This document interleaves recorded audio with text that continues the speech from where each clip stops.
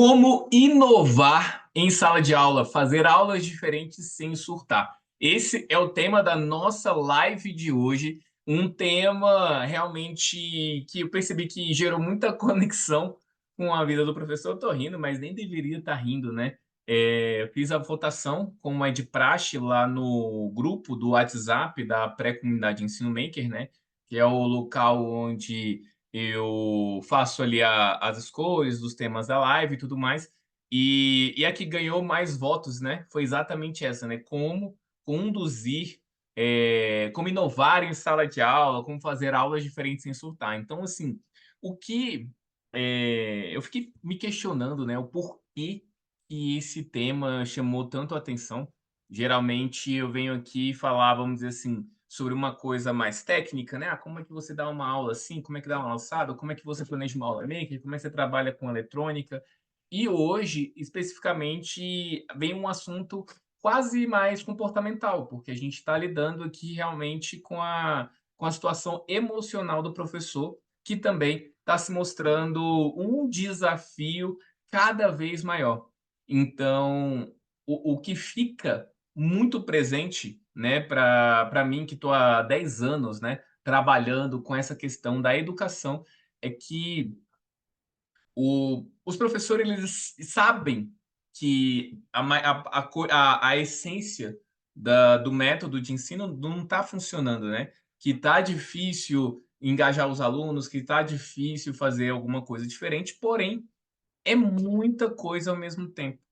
É muita coisa, assim, é muito desafiador esse processo. E, e o professor é um ser humano.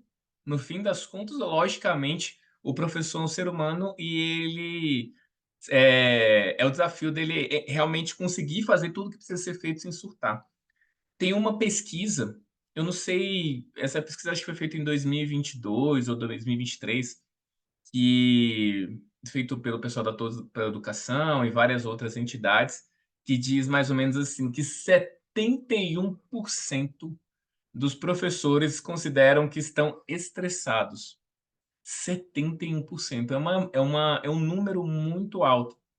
E muitos deles, né, 31% dizem que o maior desafio, né, para o que está deixando ele estressado é a falta de interesse dos alunos, principalmente nesse período pós-pandemia. Então, o interesse dos alunos ele sempre foi um desafio. Sempre foi. Quem me acompanha nas lives sabe que o que eu mais falo aqui é que. Ai, uma coisa que eu mais falo aqui é que a escola ela nunca foi um lugar assim, nossa, que lugar legal, ou que lugar é, interessante para se estar e tudo mais, né? Nunca foi o local favorito. Só que está cada vez mais difícil fazer os alunos engajarem na sala de aula, fazer as atividades, e existem diversos, né, motivos para isso, né? A própria questão da pandemia, né, que realmente, quando a gente fala da formação de uma criança, de um adolescente, estamos falando de 2 anos ali que são chaves, né, no processo de formação, inclusive neurológico, no quesito de aprendizagem, enfim, é um momento extremamente significativo e que a gente vai ter que correr atrás do prejuízo, né? Já estamos correndo atrás do prejuízo. Também vivemos na geração mais tecnológica de todos os tempos. Então, o aluno ele tem, né, a maioria das crianças jovens tem um celular ali na palma da mão, que é uma fonte absurda de prender a atenção das pessoas, né? Para nós adultos é um desafio. A gente às vezes quer focar no trabalho, aí vê uma mensagem no WhatsApp, vê uma coisa, vê um story no Instagram. A gente se distrai com facilidade. Imagina quando a gente fala de crianças e jovens que não tiveram nem a regulação emocional para lidar com isso, né? Para lidar com as várias opções, as várias propostas, enfim. Então, tudo isso afeta.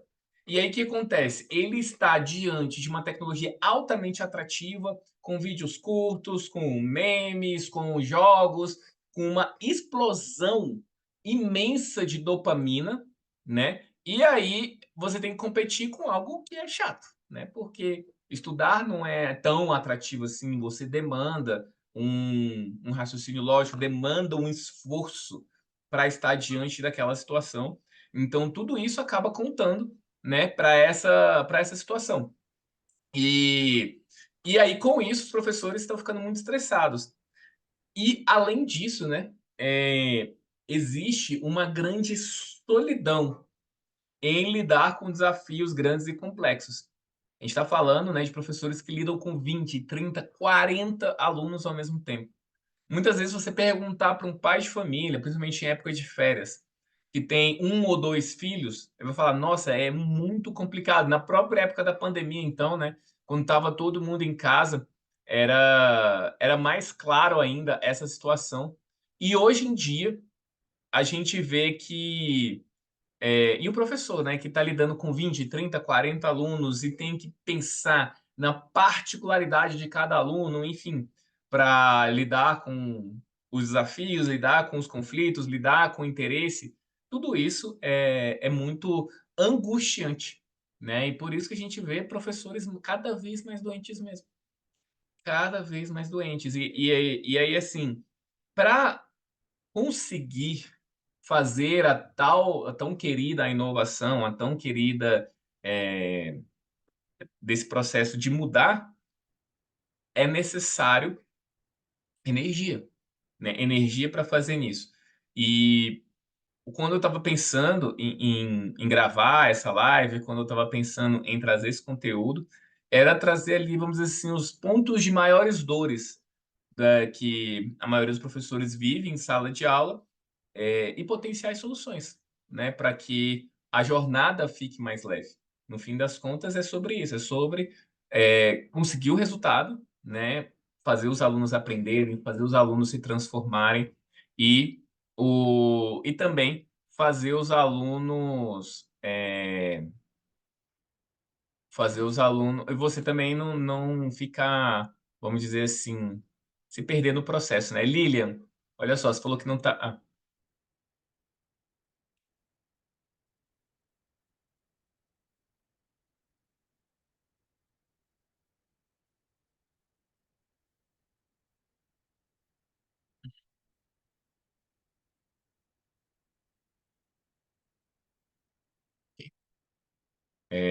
Bom, continuando aqui, o... então a gente tá diante, né, dessa situação da... E acontece, lá no grupo, né, do WhatsApp da pré-comunidade, eu fiz uma enquete perguntando afinal, né, eu fui perguntando para várias pessoas, né, o pessoal que votou e que falou que queria esse tema, fui conversando mais, né, para entender o que anda estressando, o que anda surtando os professores. E teve três coisas, três fatores, né, que realmente se mostraram fatores de dificuldade com relação aos professores, né, a, com relação às dificuldades que o professor vem vivenciando. A primeira delas, na verdade, as duas relacionadas aos alunos, né?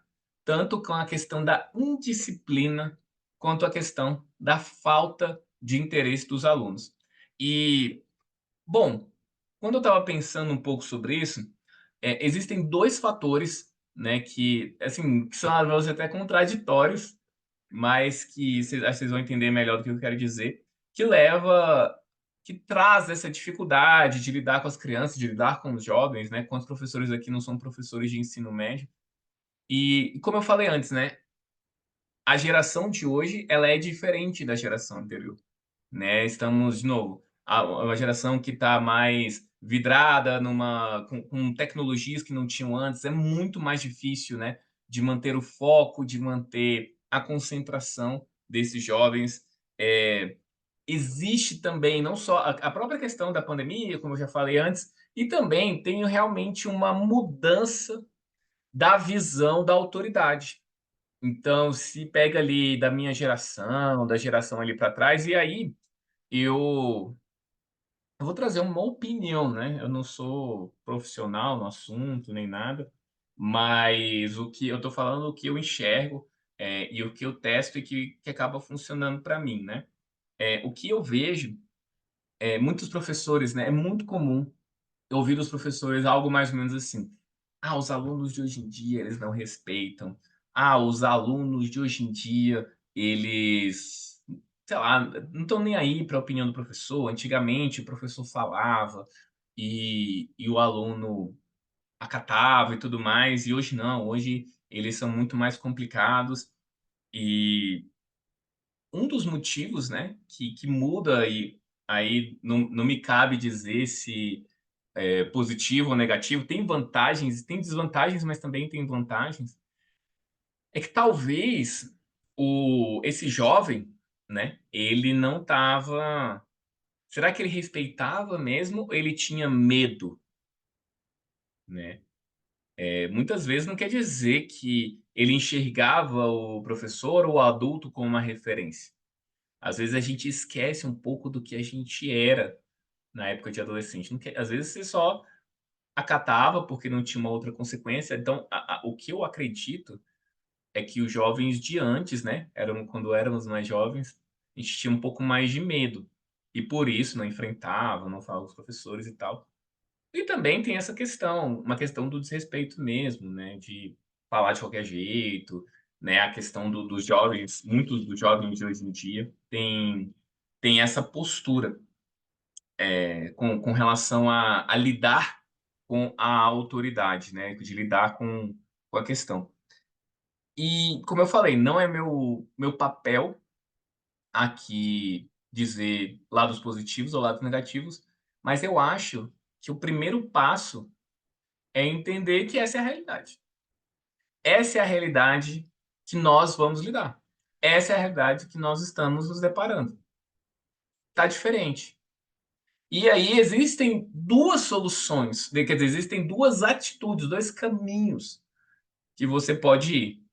O primeiro é você lamuriar. "Ah, mas os jovens de hoje em dia não querem nada com nada. Ah, mas hoje os jovens, não respeitam mais. Hoje ele é muito mais difícil prender a atenção", e tudo isso é verdade. Mas essa lamúria não muda nada, não muda nada. É muito gostoso falar, é aquilo, né, que tá dentro do peito, você: "Cara, eu quero falar para os professores, eu quero, né, me desabafar e tal". Porque realmente é difícil, é muito frustrante para nós que estamos à frente de sala de aula, né, de preparar, de passar horas e chegar lá o aluno não tá nem aí, isso dói muito. A verdade é que esse é o primeiro ponto, dói.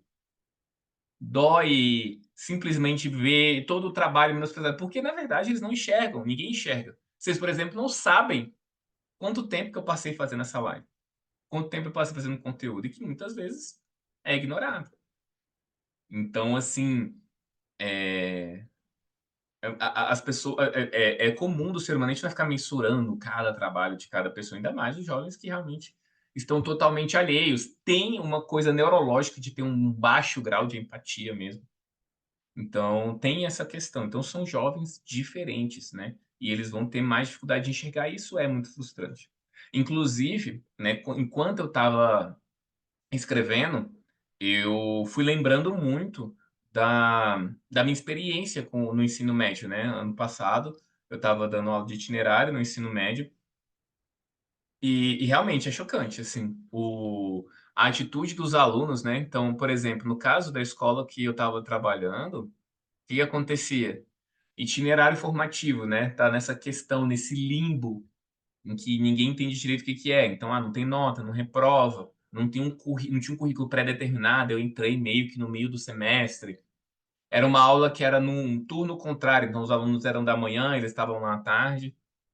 A própria, sei lá, a estrutura da escola parecia meio bagunçada mesmo, assim. Então eu lembro que eu estava na aula, minha aula ia, sei lá, de 2h10 a 3h45. aí aparecia lá 4, 5 alunos, aí tinha alunos que apareciam 50 minutos depois, entrava sem falar nada comigo, ia, falava com um colega, depois saía.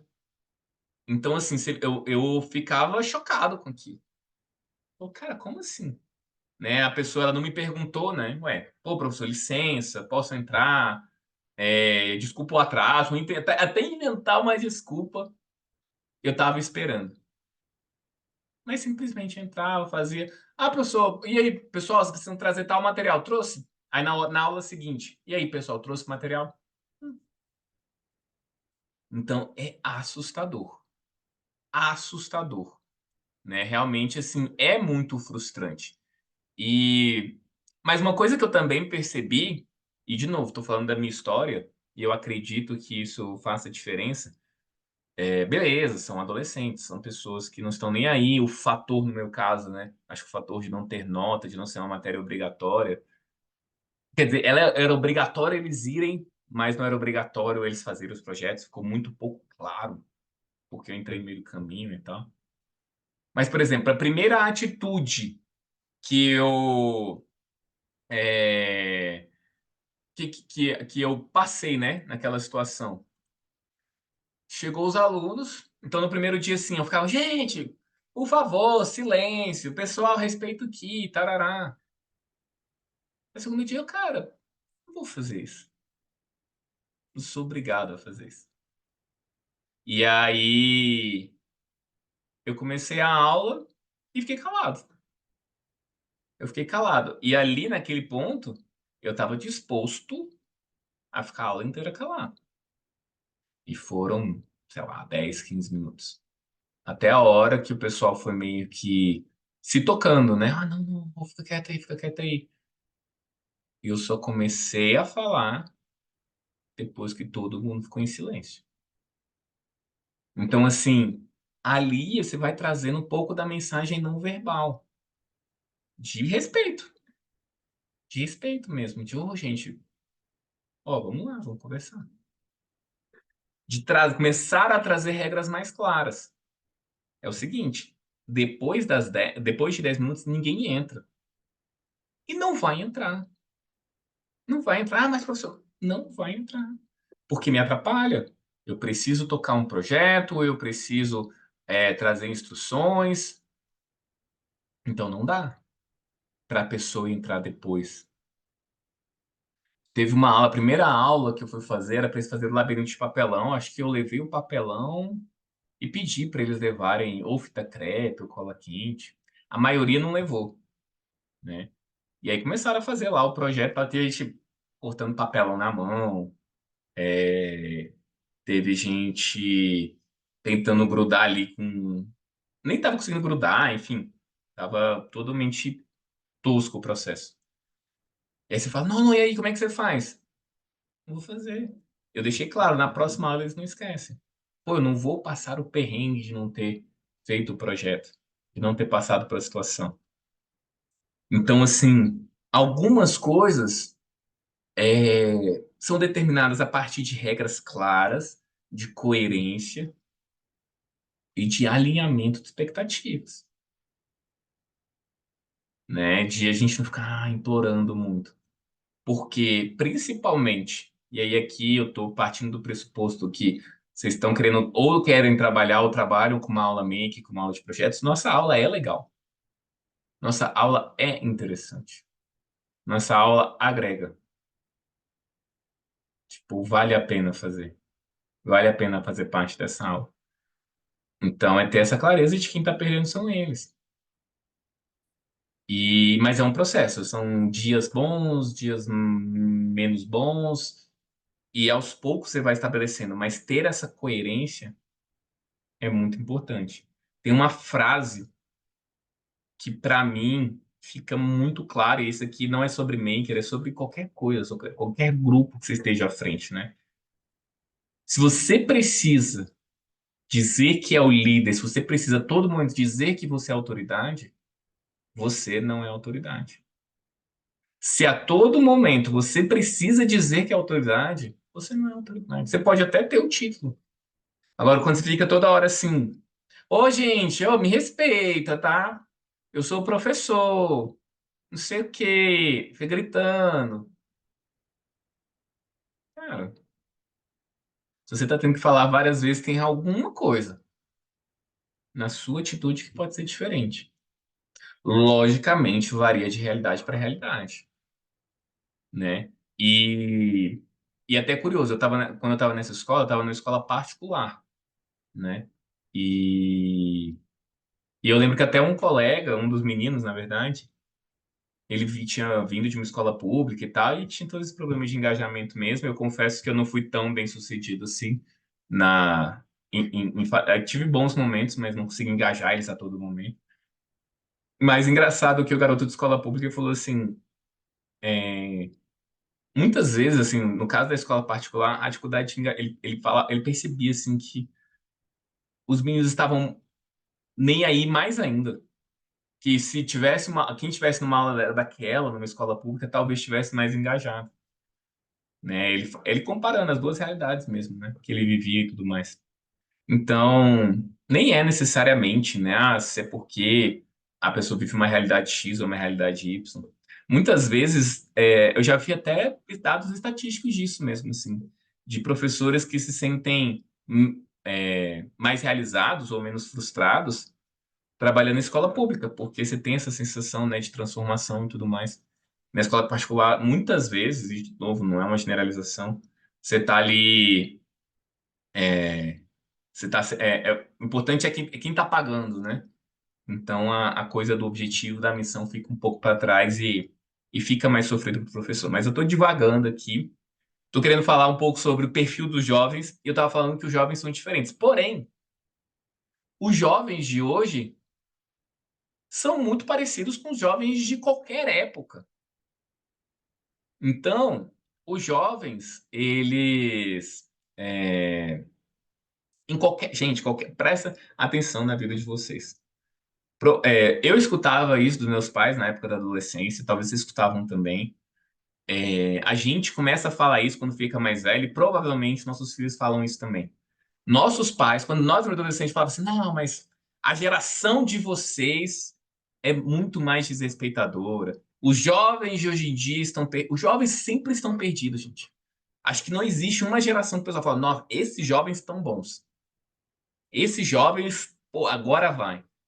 Porque é do perfil do jovem. O que que é o perfil do jovem? Aquele cara, aquela menina que acha que sabe tudo, que acha que entendeu o mundo. Você pergunta para um garoto, uma garota de 14 anos, ela sabe tudo sobre política, como resolver os problemas do Brasil, sabe tudo sobre relacionamentos. Então, ela sabe tudo que dá para ser feito ali. Mas lógico que não sabe, né, gente? E o nome disso, existe um efeito na neurociência sobre isso, que é o efeito Dunning-Kruger. Deixa eu ver se eu consigo achar uma, uma imagem sobre isso, que reflete muito um pouco sobre adolescente, na verdade, reflete muito sobre pessoas que não sabem. Deixa eu ver se eu abro aqui. Ó, isso aqui é muito. Então, assim, o que acontece? Uma pessoa, quando ela se depara com determinado conhecimento, aqui é a experiência, o conhecimento, e aqui é a confiança que ela tem. Quando ela descobre um pouquinho sobre uma coisa, ela acha que sabe tudo. É só você ver ao seu redor, né? Todo mundo, as pessoas, sei lá, todo mundo acha que entende sobre política, né? E, na verdade, a maioria esmagadora das pessoas estudou muito pouco sobre política. Mas elas têm uma grande confiança que elas entendem alguma coisa. Os jovens têm a mesma coisa. Nossa, eu sei tudo, eu entendo tudo, todo mundo é trouxa, eu que sei as coisas. E aí, à medida que ele vai ganhando conhecimento, ironicamente, há uma queda, né? Vai entrando naquela coisa meio da grande frase do Sócrates, né? Que é só sei que nada sei. Então ele vai caindo aqui, vai se sentindo frustrado, ele pensa assim: "Não sei nada, eu sou um trouxa". Ele vai adquirindo conhecimento e vai achando que ele é um porcaria. E aí, com o tempo, com mais experiência, ele vai ganhando mais confiança, assim: "Não, beleza, eu aprendi mais e realmente estou ganhando mais confiança para fazer um processo". Então, assim, isso acontece em todas as gerações. Isso aqui é bem o perfil do jovem, o jovem está aqui, e aí vai caindo. E muitas vezes eles não respeitam por isso. Bom, então essa é o perfil médio, então tem muita coisa que não é, é o maker, não é o maker, é escola pública, é escola particular, é recurso, pouco recurso, tem o desafio padrão de lidar com o jovem. Porém, existem soluções, né, existem maneiras de fazer essa transformação, de você realmente conseguir captar a atenção do interesse deles. Então, eu já contei, um caso que para mim sempre é muito emblemático. Tem uma professora na comunidade de ensino maker, a professora Luciana, professora de artes de uma escola pública de Osasco. E a professora Luciana fez um trabalho incrível, assim, de fazer um trabalho de artes com mais de 523 alunos do ensino fundamental 1, de primeiro a quinto ano e tudo mais. E aí tem um projeto fantástico que ela me mandou um dia, de um grupo de alunos que fez uma roda gigante com palitos de picolé que mexiam com um motor de corrente contínua. Seria mais ou menos uma coisa como essa. Não foi assim, né, mas só para ter uma ideia. E aí aqui a estrutura girava e tal, só que girava com um motor.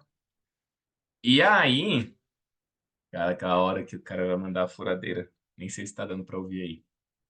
Aí, vamos seguindo. Espera aí. Aí, e ela mostrou um trabalho incrível, né, de altíssima qualidade, feito pelos alunos e tudo mais. E eu fiquei bem feliz de ter visto esse projeto, né, um projeto que é complexo, né. E depois ela me mandando um áudio falou assim: "Luan, esses meninos, eles são os alunos mais difíceis. Cara, eles não querem fazer nada, só bagunça e tal". E eles começaram a engajar muito nas atividades maker, né, começaram a engajar pra caramba, e eles,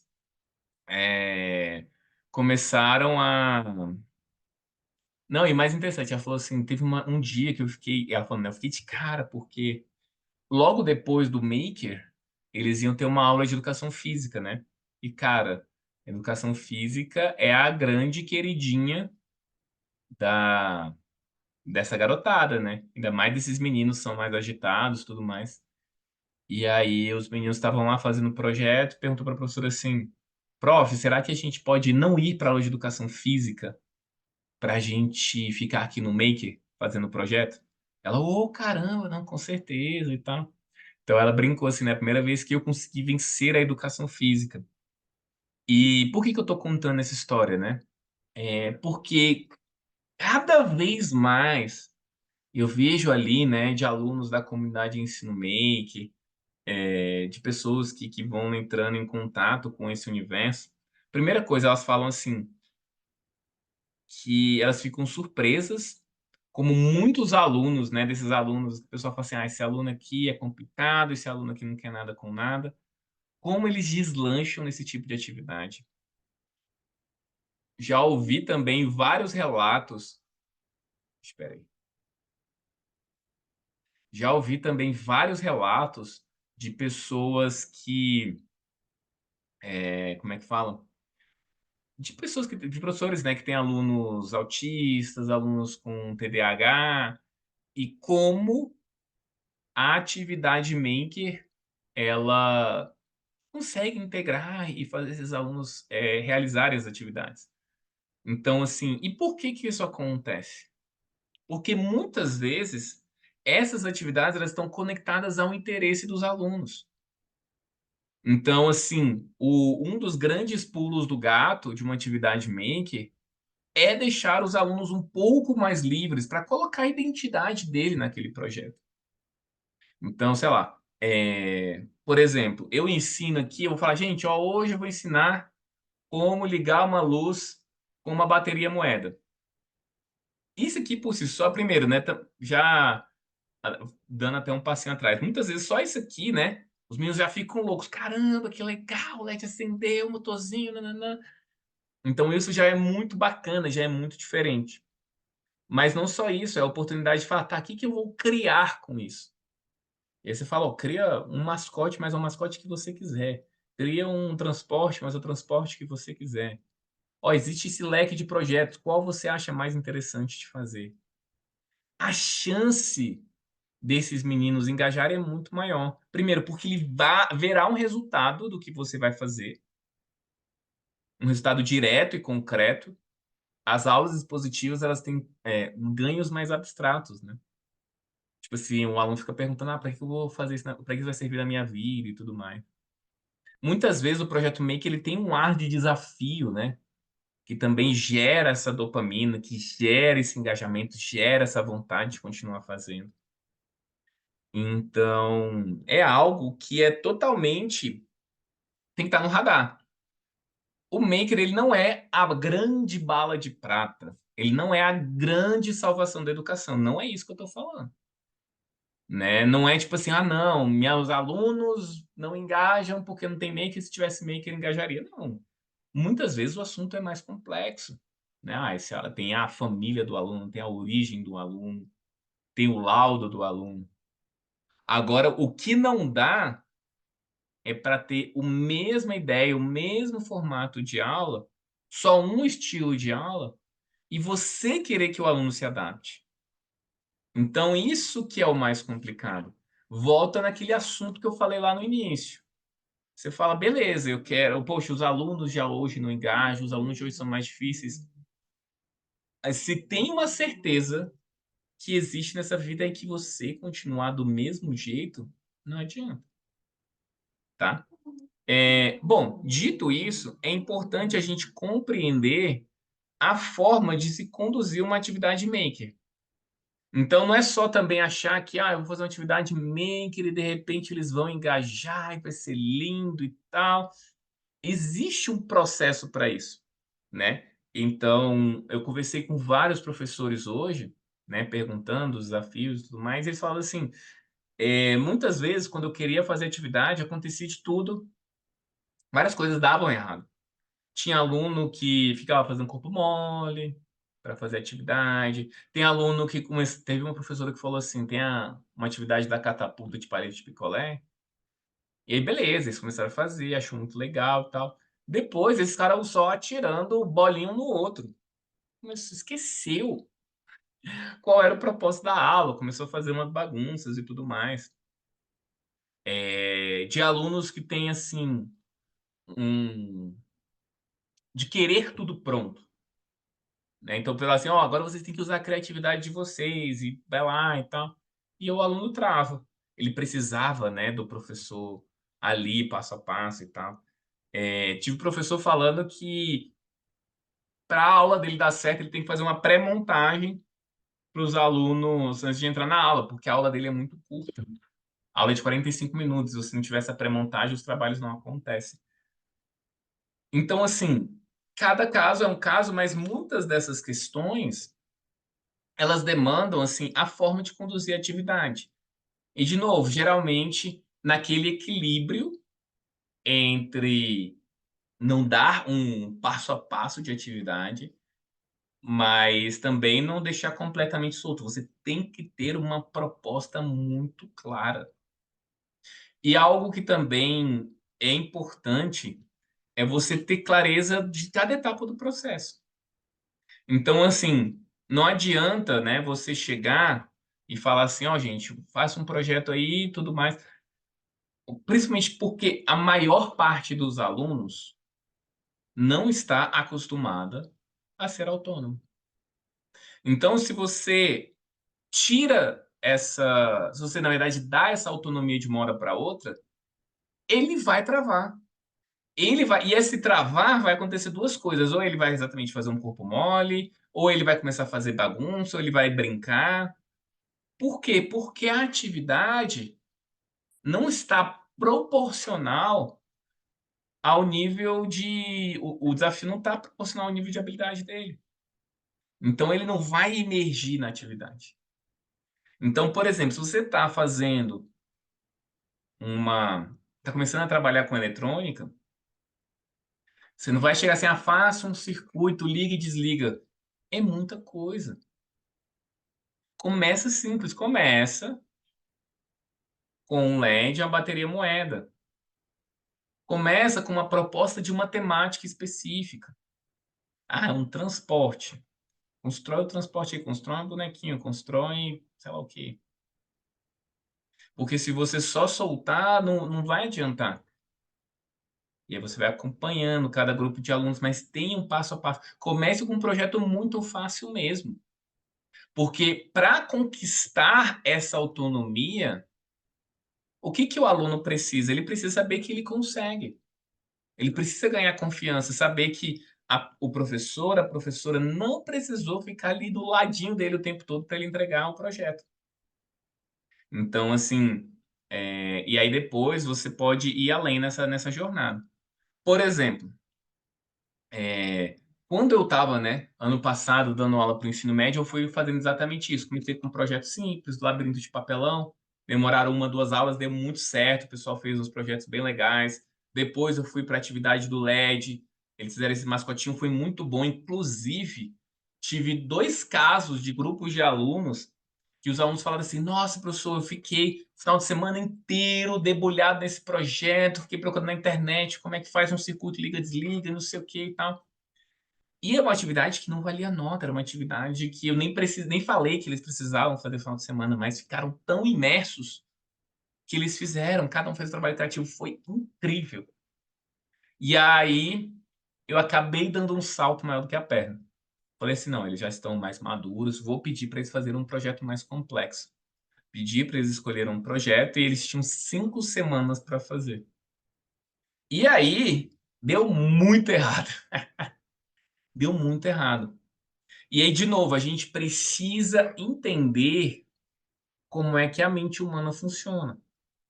E, de novo, aqui não estamos falando só de adolescentes, nem só de crianças, isso acontece com adultos também. A verdade é a seguinte, gente. Algo só entra na nossa prioridade, principalmente quando está acabando o prazo, quando está nos últimos minutos. Então, por isso que é muito comum a gente deixar as coisas para a última hora, principalmente se é um projeto mais complexo. Então, o que acontece? Se a gente está pegando crianças, se a gente está pegando jovens que não têm nenhuma noção de planejamento, entregar um projeto gigante para eles, um projeto que é complexo, um projeto que é trabalhoso, eles vão espanar e se você der um prazo, vocês têm 3 semanas, 4 semanas para fazer, ele vai fazer nos últimos 2 dias e a chance dele entregar um trabalho ruim é alta. É alta. Como é que eu gosto de resolver isso? Eu gosto de pegar um projeto grande e dividir em pequenas etapas. Então, vamos supor, a pessoa pegou lá, vai fazer exatamente esse projeto aqui né, aqui da rodinha gigante, né, de palito de picolé. Você pode até perguntar para eles, quais são as etapas? Pedir para desenhar, pedir para escrever quais materiais. E ao invés de ele só entregar na quinta semana, tem um processo que eu faço muito, principalmente com os alunos da comunidade de ensino maker, que é apresentar a versão feia e inacabada. Então, uma coisa que traz esse senso de entrega, de precisar mostrar para as pessoas, é apresentar o projeto. Então, por exemplo, a minha matéria não tinha nota. Você fala assim, poxa, Luan, como é que eu engajo os alunos para entregar um bom projeto se ele não vale nota? Uma boa maneira de fazer isso é trazendo oportunidades para ele apresentar para várias pessoas o projeto. Quando a pessoa sabe que outras pessoas verão o projeto, ela engaja muito mais. Ela dá um senso de urgência, ela não quer passar vergonha. Então, então isso já é um bom processo. Só que se você deixar tudo ali, 5 semanas para fazer, a chance de fazer é muito baixa. O que você faz então? Você vai fazer várias pequenas apresentações. Inclusive, uma das apresentações que eu chamo é a versão feia e inacabada. Falou, ó, daqui a 2, 3 semanas, você tem que mostrar a versão feia e inacabada do seu projeto. Porque a parte mais difícil é você sair da inércia. Aí você fala: "Caramba, como é que eu vou começar esse projeto?" Tem que separar os materiais, tem que começar a fazer, mas você não sabe muito bem como. Então, assim, mostrar que um projeto a gente vê projetos bonitos aí na internet, nos perfis e tal, só que antes dele virar aquele projeto bonito, ele foi um projeto feio, ele foi um projeto confuso. E entender que projetos funcionam assim. Eles estão em etapas confusas, em etapas difíceis, mas você precisa continuar trabalhando nesse projeto. Então você vai apresentar, você, em vez de ele apresentar uma roda gigante, vai apresentar um trem todo xoxo, às vezes seria uma versão aqui que não teria os palitos, ou estaria tudo desregular. E aí é interessante porque ele vai ter que pautar, tá? E aí, o que você já fez? Aí eu tentei fazer aqui, mas eu não consegui deixar os palitos no mesmo lugar, tá muito difícil colocar aqui e tal. Você vai falando dos seus desafios, o que que você já fez até aquele momento. E é legal porque os outros colegas podem ajudar, os outros colegas podem opinar, eles entendem que existem versões feias e inacabadas, e uma coisa é a pessoa que só fez a versão feia, outra pessoa é a pessoa que não fez nada. Então, assim, ela vai criando um senso de urgência. Inclusive, você pode até dar, se você tiver notas, você pode até dar pequenas notas para essas etapas. Então, você precisa de clareza. Você também precisa trazer consequências claras. Então, outro ponto aqui que eu gosto muito de fazer, essa questão da apresentação é um ponto-chave. É, você colocar pequenos prazos. Então, a pessoa vai deixar tudo para a última hora, mas são várias últimas horas. Uma vez eu ouvi um relato de uma escola e olha, como ali falando, mas a questão é que as dificuldades também são nossas. Você quer detalhar um pouco mais sobre isso, Lilian? As dificuldades, a dificuldade que de fazer projeto, como é que é esse processo? Se você puder detalhar aí, eu posso te ajudar mais. E aí, então assim, você entendendo um pouco mais dessa jornada, tendo prazos bem definidos, vai ficando mais fácil. E às vezes até consequências. Às vezes, se você tem uma questão de nota, poxa, se você não entregou tal coisa até tal dia, você perde nota. Ou então, não só consequências negativas, mas consequências positivas, do tipo assim, os melhores projetos, você pode chamar esse grupo de alunos para ser um grupo exclusivo para participar para uma Olimpíada de robótica ou para alguma feira científica,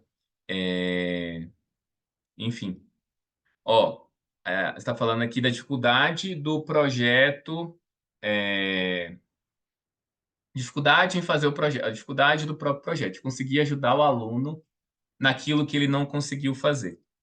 Bom, existem algumas questões nisso, né? Poxa, Luan, eu não consigo ajudar o aluno no que ele conseguiu fazer. Como é que eu consigo ajudar o meu aluno? Muitas vezes, vai depender do tipo de projeto. De novo, é um alinhamento expectativo. Se a gente está iniciando, né, por mais que a gente fale assim, não, o aluno pode fazer o projeto que ele quiser e tudo mais, será que a gente consegue auxiliar esse aluno?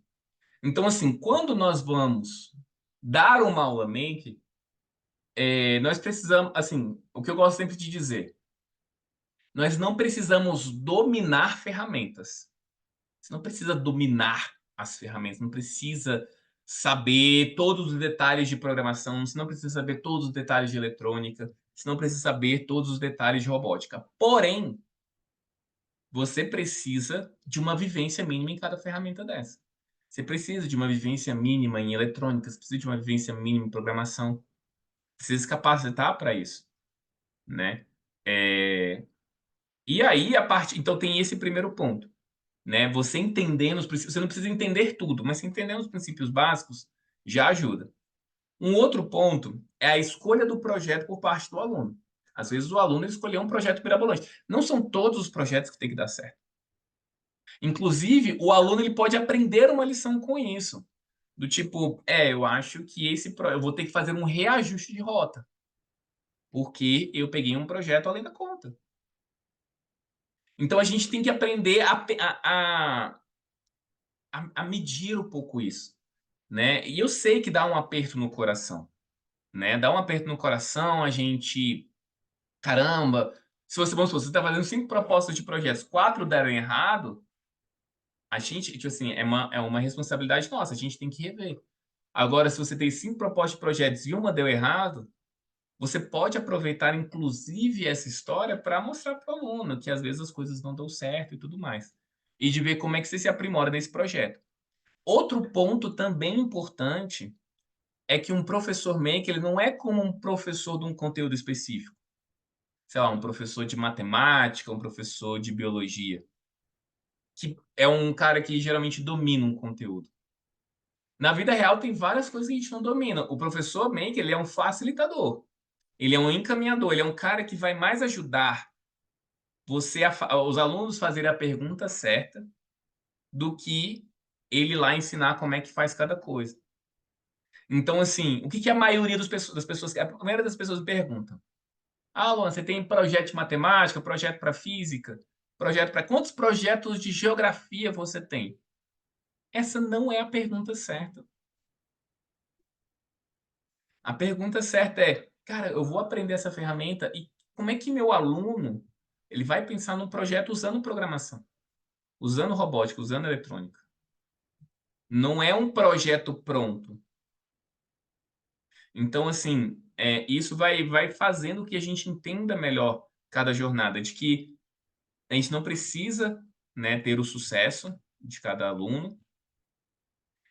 Tá tudo bem a gente fala para o aluno, ó, não sei, eu não sei como resolve isso. Será que a gente pode pensar em alguma outra solução em conjunto? Você não é, nesse sentido, a grande autoridade. Às vezes, você trabalhar de uma forma mais limpa com ele é até mais justo. Inclusive, isso até faz um pouco mais de sentido do que a gente vê no dia a dia da vida. Que na vida real, na vida adulta, a gente tem resposta para tudo. A gente se depara com pessoas que talvez saibam um pouco mais, que tenham algum hackzinho, alguma dica, tentar fazer em conjunto, procurar resposta em conjunto, sempre está surgindo uma coisa nova. Então depende muito desse processo. Depende muito da escolha do projeto, depende sim do processo de aprimoramento do professor, mas também depende de que uma aula Menk, ela não é, o grande propósito não é dar tudo certo, sempre. Não é dar tudo certo sempre. É mais refletir, o que que errou, o que que não errou, o que que eu faria diferente? Será que eu escolheria fazer esse projeto com o que eu sei hoje? Eu acho que seria mais ou menos nessa linha. O que leva à minha última dica, minha última questão, que é a necessidade de se capacitar para gerar essa segurança. Então, assim, e o se capacitar no Maker, tem dois se capacitar aí. O primeiro é entender eletrônica, robótica, programação, as ferramentas, entender as minúcias mesmo, como é que monta o circuito, o que que é o fio, o que que é o jumper, o que que é não sei o quê. Como é que monta uma estrutura de programação, entender a coisa técnica mesmo. Mas é muito importante entender a estrutura de uma aula maker, a estrutura de condução, porque ela é muito diferente de uma aula tradicional.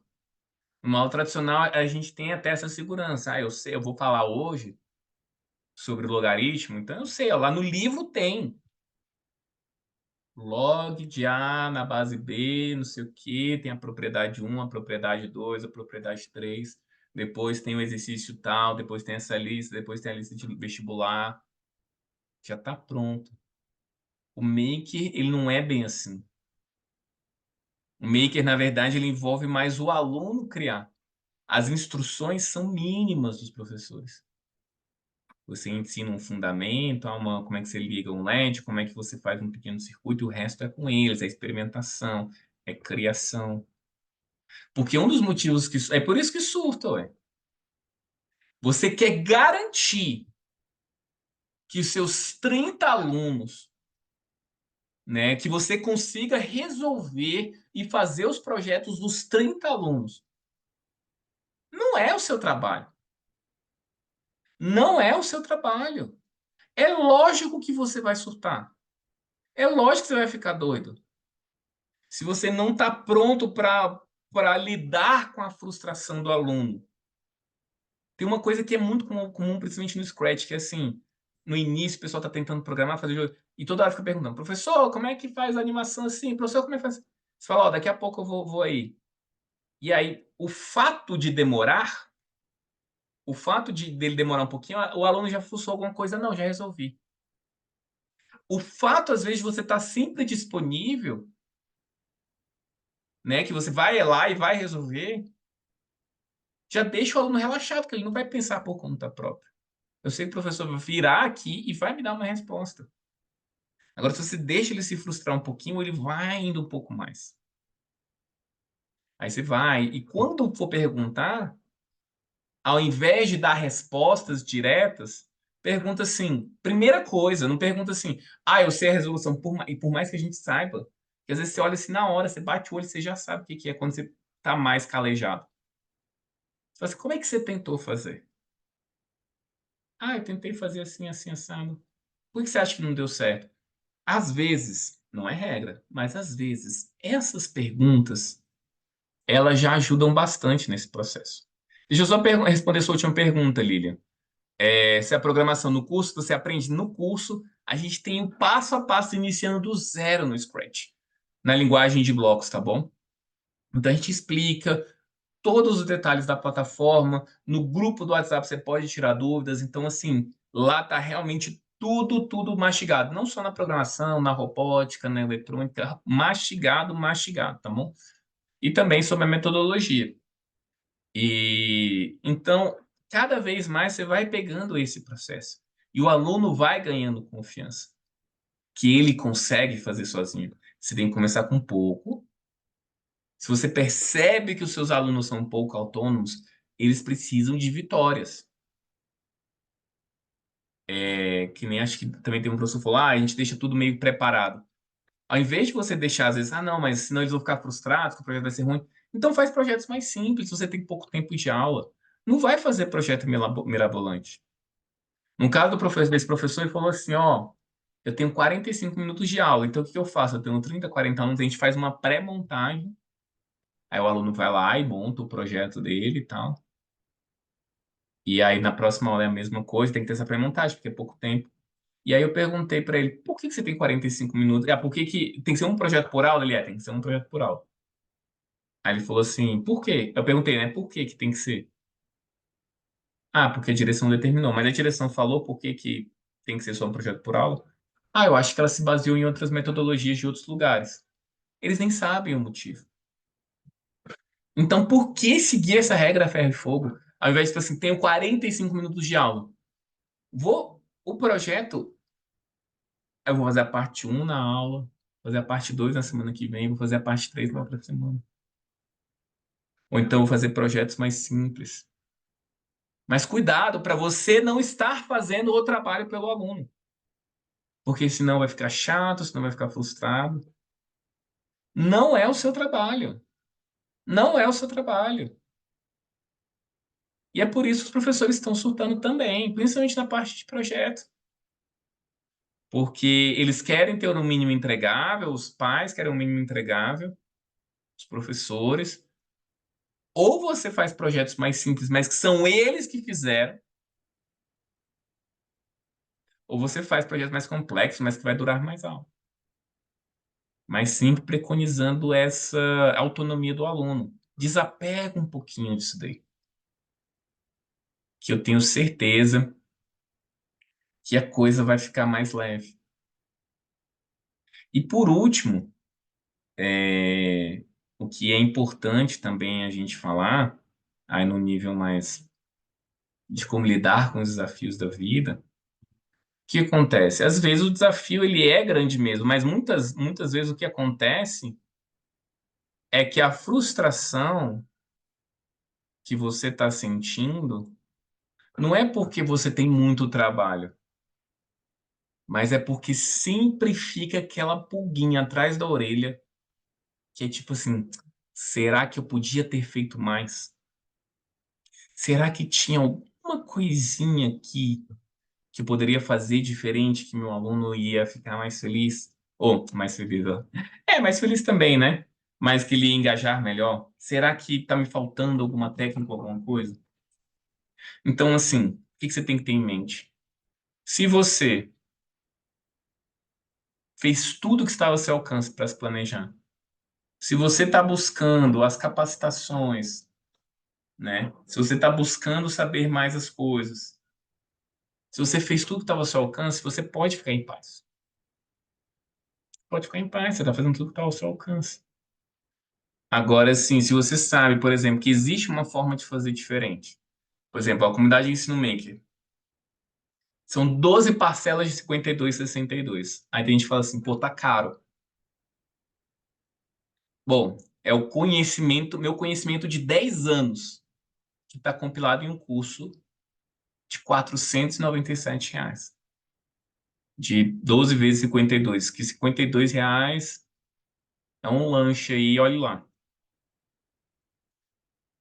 E é o conhecimento todo da minha jornada. Agora, às vezes você está ali numa situação, você dá 20, 30 horas de aula por semana, tem que, além de todo o trabalho que a gente sabe que não é só a sala de aula. E você ainda vai ficar picotando, buscando no YouTube, buscando no Instagram, buscando não sei o quê, numa grande coxa de retalho para mais ou menos entender uma coisa que no meu caso, por exemplo, são 10 anos e hoje que eu estou mais ou menos satisfeito com a minha metodologia. Ainda acho que pode melhorar muita coisa, mas é muito melhor direcionado do que tinha antes. E aí você vai tentar andar com as próprias pernas na tora, se frustrando e tal.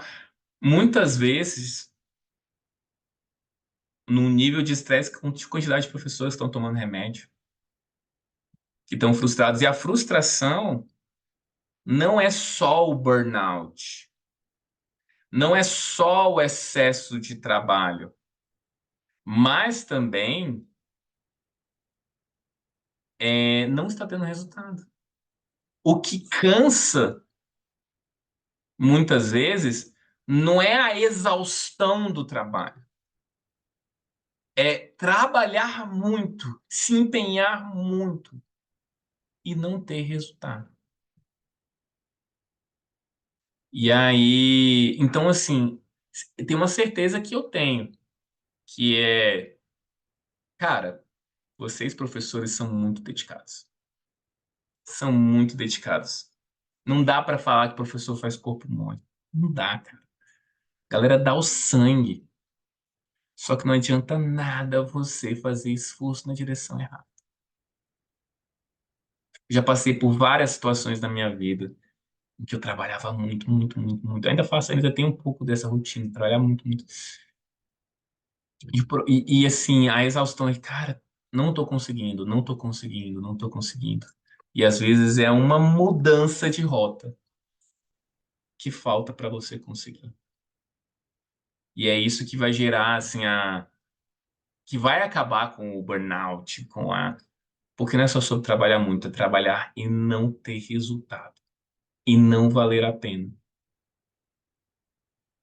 Então, assim, a gente já sabe que o professor trabalha muito, mas que tal trabalhar certo?